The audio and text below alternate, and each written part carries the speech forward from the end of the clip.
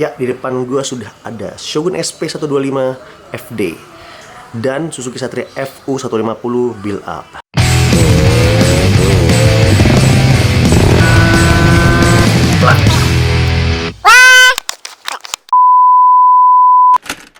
Nah, teman-teman, gue akan bawa kalian ya ke era dimana Suzuki itu lagi berjaya dengan motor bebeknya. Nah, jadi dua motor ini adalah jualan Suzuki di tahun 2005, teman-teman ya.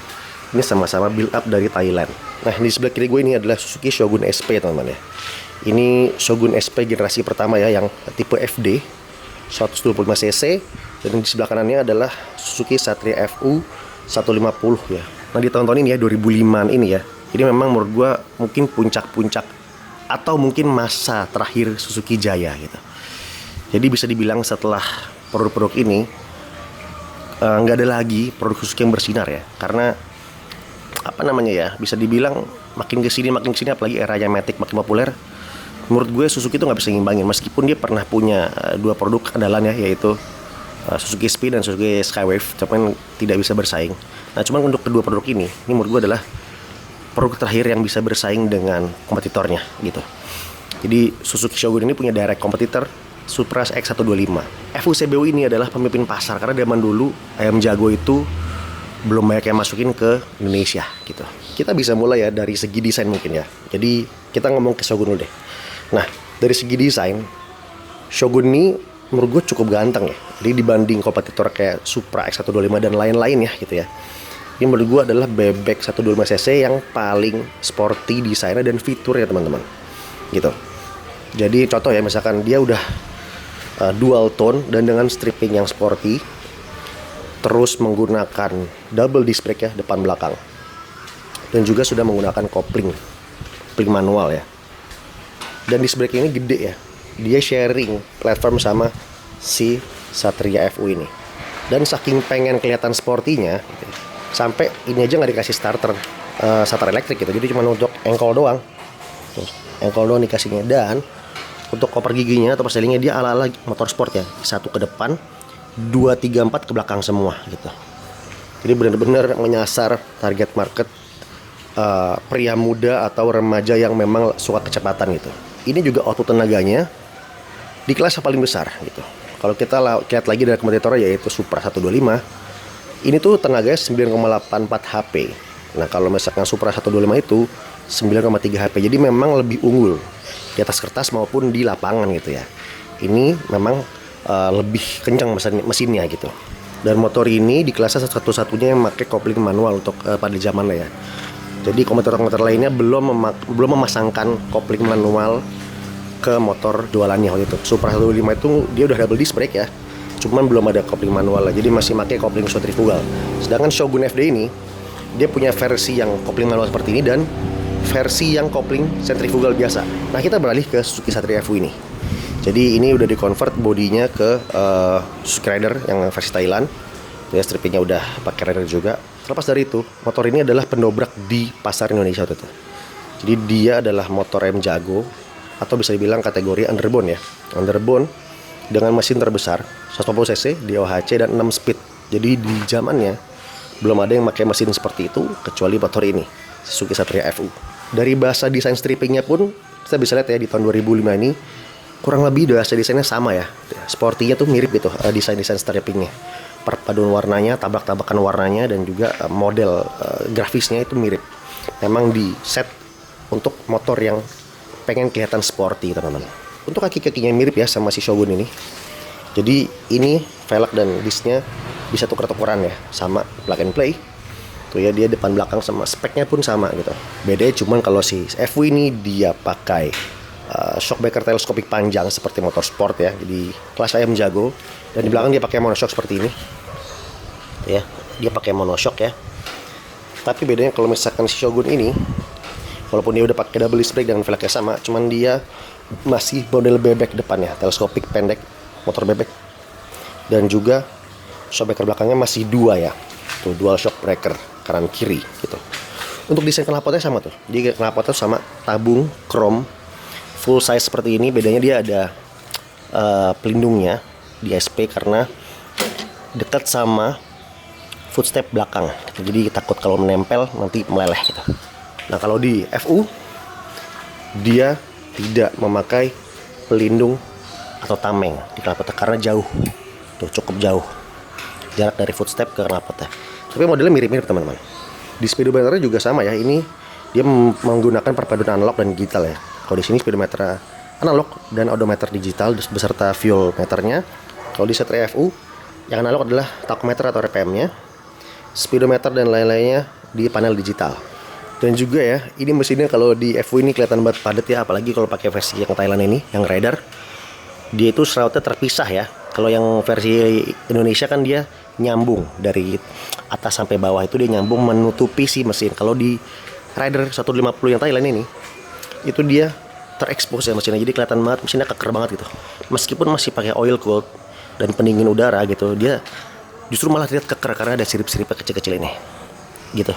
Nah kalau di Shogun SP dia masih pakai mesin tidur ya, jadi beda sama FU tadi yang pakai mesin tegak, ini masih pakai mesin tidur dan masih SOHC. Cuman tetap tenaganya terbesar di kelasnya. Dan ini suara knalpotnya tuh menurut gua salah satu yang paling enak untuk motor bebek. Kita dengerin mana. Nah cek sound, dengerin suara knalpotnya ini menurut gua ngebas tapi agak garing kalau digeber gitu. Kita lihat. Tuh.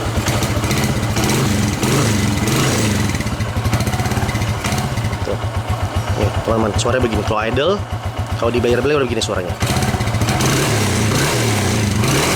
Nah ini untuk FU teman-teman ya. Ini kalau idle begini. Coba kita belajar dikit sekarang.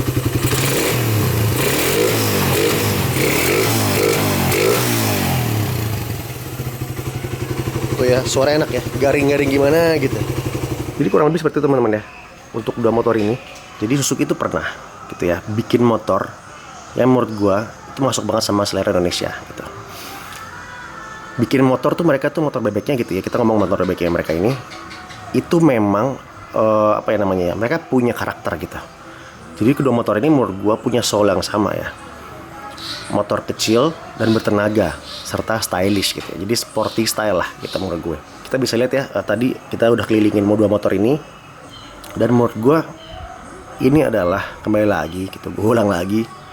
Ini adalah masa terakhir di mana Suzuki itu apa yang namanya memegang hati gue gitu, anjay. Gue pernah beberapa kali punya motor Suzuki ya, misalkan kayak ya dua motor ini, Suzuki Spin, Suzuki Skywave, Suzuki Satria Hiyu. Gitu. Jadi gue mungkin bisa dibilang penggemar Suzuki lah bisa dibilang. Cuman makin kesini ya, gue ngeliat kayak Suzuki itu semakin decline atau menurun ya, terutama produk-produk motornya gitu. Ya terakhir yang pernah oh ya gue juga pernah punya GSX-R juga gitu. Dan kita bisa lihat ya GSX-R aja juga nggak pernah ada facelift ya dari 2017 sampai sekarang. Itu udah 7 tahun mereka beredar gitu dari GSX series itu. Dan juga FUFI ya, itu dari 2016 malah setahu gue.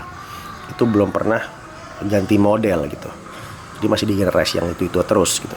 Nah jadi buat yang belum tahu ya, kalau lihat sekarang mungkin 2015 ke 2020-an ini Suzuki kayak nggak ada tajinya, padahal mereka dulu tuh 3 besar loh di Indonesia gitu untuk market share gitu. Yang pertama pasti Honda, kedua Yamaha, dan ketiga Suzuki. Tapi sekarang kita bisa lihat disulip sama Kawasaki ya gitu. Jadi per 2010-an itu Suzuki mulai decline penjualannya. Dan ya kita bisa lihat ya sekarang makin nyungsep gitu ya. Terutama menurut gue alasannya adalah mungkin ini motor-motor Suzuki ini kan sebenarnya badak-badak ya spare partnya ya. Jarang rusak gitu. Jadi gue pun pengalaman jarang banget ngebengkel gitu. Atau servis atau ganti part karena memang ya jarang rusak gitu. Mungkin itu salah satu yang bikin motor-motor Suzuki ini akhirnya ya dealernya pada tutup gitu. Dia nggak punya pemasukan dari after sale service juga. Sehingga mereka nggak punya margin yang cukup untuk develop produk lagi di Indonesia gitu. Ya, jadi memang ada dua mata pedang ya.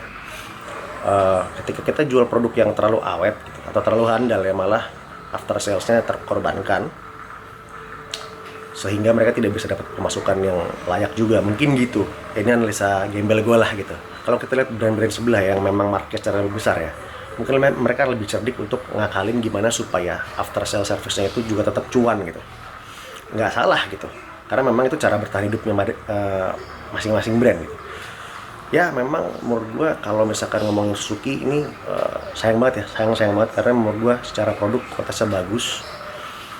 dulu ya gitu. Gue nggak tahu sekarang. Kalau sekarang ya gue nyoba pernah punya GSX sama FUFI, nah, tapi gue nggak tahu apakah sekuat dulu karena gue memang yang FUFI sama GSX itu gue belum pernah pakai dalam jangka panjang gitu ya. Cuma kalau kedua motor ini gitu ya sama Suzuki Spin gue yang ada di rumah mertua itu gue apa namanya, kita bisa tah ini udah berapa tahun, 2005 kan kesini udah 2024 sekarang, itu udah kurang lebih hampir 20 tahun ya, udah 19 tahun gitu teman-teman. Dan gue pernah punya, dan bukan pernah, dan gue masih punya Suzuki Spin 2007 yang memang dari baru sampai sekarang masih ada gitu. Itu memang jarang bengkel, jarang banget rusak, partnya paling ya ganti-ganti kampas rem gitu doang, ganti oli segala macam. Even gue dari baru aja tuh si Spin itu baru ganti belt sekali sama roller sekali, udah gitu. Jadi memang apa ya namanya ya partnya badak, makanya nggak laku part-partnya gitu. Jadi dealernya pada tutup gitu servis ya. Ya udah sih, paling gitu doang sih, gue mau curhat doang gitu ya, dan mau share bahwa Suzuki itu pernah lo bikin produk yang keren kayak dua motor ini.